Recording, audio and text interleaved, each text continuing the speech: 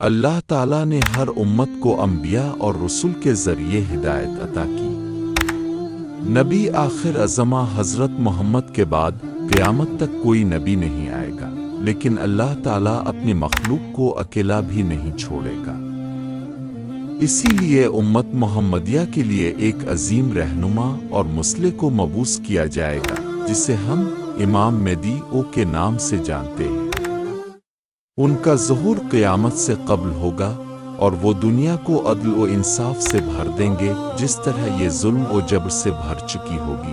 پہلا منظر دنیا کا حال ذرا ایک لمحے کو غور کریں کہ وہ وقت کیسا ہوگا۔ زمین پر خون بہانا معمول بن جائے گا، طاقتور کمزور کو کچل دے گا، حاکم رعایا کو انصاف دینے کے بجائے اپنے مفاد میں فیصلے کریں گے۔ سود، زنا، شراب نوشی، دھوکہ دہی، رشوت اور فتنہ ہر طرف پھیل جائے گا۔ لوگ دین کو چھوڑ کر دنیا کے پیچھے بھاگیں گے۔ مسجدیں آباد تو ہوں گی لیکن نمازیوں کے دل خالی ہوں گے، ایسا لگے گا جیسے اندھیرا چھا گیا ہے۔ ہر طرف ناامیدی اور خوف کا سایہ ہوگا، لیکن اللہ کی رحمت یہ اعلان کرے گی کہ اب میرے بندوں کو تنہا نہیں چھوڑا جائے گا۔ دوسری جھلک فتنوں کا دور احادیث میں آتا ہے کہ ظہور مہدی سے قبل فتنوں کی بھرمار ہوگی۔ کوئی فتنہ ختم نہ ہوگا مگر اس کے بعد دوسرا اس سے بھی بڑا فتنہ کھڑا ہوگا۔ جھوٹ عام ہوگا، لوگ سچ بولنے والے کو برا سمجھیں گے، اچھے کردار والوں کو بے وقوف کہا جائے گا اور بدکاروں کو عزت دی جائے گی، قومیں قوموں سے ٹکرائیں گی۔ مسلمان اپنے ہی بھائیوں کے خون کے پیاسے ہوں گے۔ شام، عراق اور حجاز میں بڑے فتنے برپا ہوں گے، جنگیں ہوں گی، خون بہے گا اور لوگ دعا کریں گے کہ کاش اللہ ہمیں نجات دے۔ تیسرا منظر اہل حجاز میں اختلاف، ایک وقت آئے گا جب حجاز، مکہ و مدینہ کے حکمرانوں کے درمیان اختلاف شدت اختیار کرے گا۔ خلافت اور بادشاہت کے جھگڑے میں کئی قبیلے آپس میں لڑیں گے۔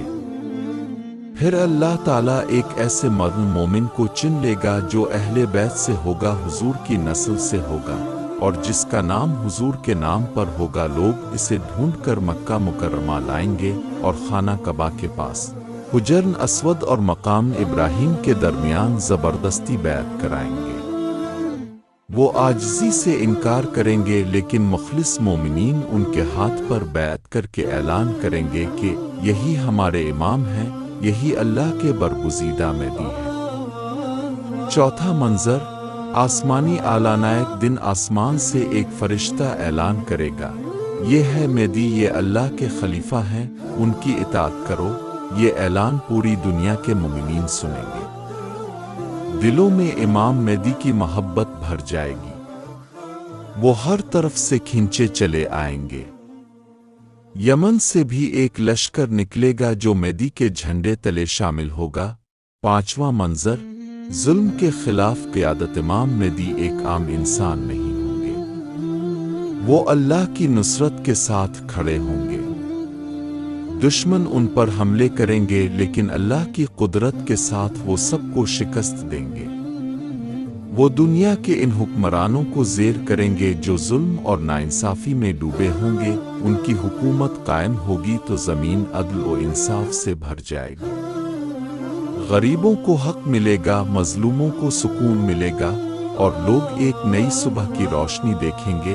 چھٹا منظر دجال کا فتنہ، اسی دوران ایک اور بڑا فتنہ برپا ہوگا۔ دجال کا خروج ہوگا جو دنیا کے سب سے بڑے فتنوں میں سے ایک ہوگا۔ دجال اپنی جھوٹی خدائی کا اعلان کرے گا، اس کے پاس شیطانی طاقتیں ہوں گی اور وہ لوگوں کو بہکانے کی کوشش کرے گا۔ اس وقت امام مہدی مومنوں کے لشکر کے ساتھ اس کا مقابلہ کریں گے، لیکن دجال کے خاتمے کے لیے اللہ تعالیٰ ایک اور عظیم ہستی کو بھیجیں گے اور وہ ہوں گے سیدنا عیسیٰ علیہ السلام۔ وہ آسمان سے نازل ہوں گے اور دجال کو قتل کریں گے، یوں زمین پر حق کی فتح ہوگی۔ ساتواں منظر عدل کی حکومت امام مہدی کی قیادت میں ایک ایسا دور آئے گا جس میں امن اور سکون چھا جائے گا۔ کوئی بھوکا نہیں رہے گا، کوئی مظلوم نہیں رہے گا۔ لوگ دولت کی خیرات کریں گے مگر لینے والا کوئی نہ ہوگا، نمازیں قائم ہوں گی، قرآن کی روشنی گھروں کو منور کرے گی اور زمین ایسے چمکے گی جیسے چاندنی رات۔ اختتامیہ وہ نشانیاں اور واقعات ہیں جو ہمیں احادیث کے ذریعے معلوم ہوتے ہیں۔ ہمیں چاہیے کہ ہم اس وقت کے آنے سے پہلے اپنے ایمان کو مضبوط کریں، اپنے اعمال کو درست کریں اور اللہ کی طرف رجوع کریں، کیونکہ مہدی کا ظہور ایک عظیم انقلاب ہوگا، لیکن اس انقلاب کے وقت صرف وہی کامیاب ہوں گے جو ایمان اور تقوی کے ساتھ جگے۔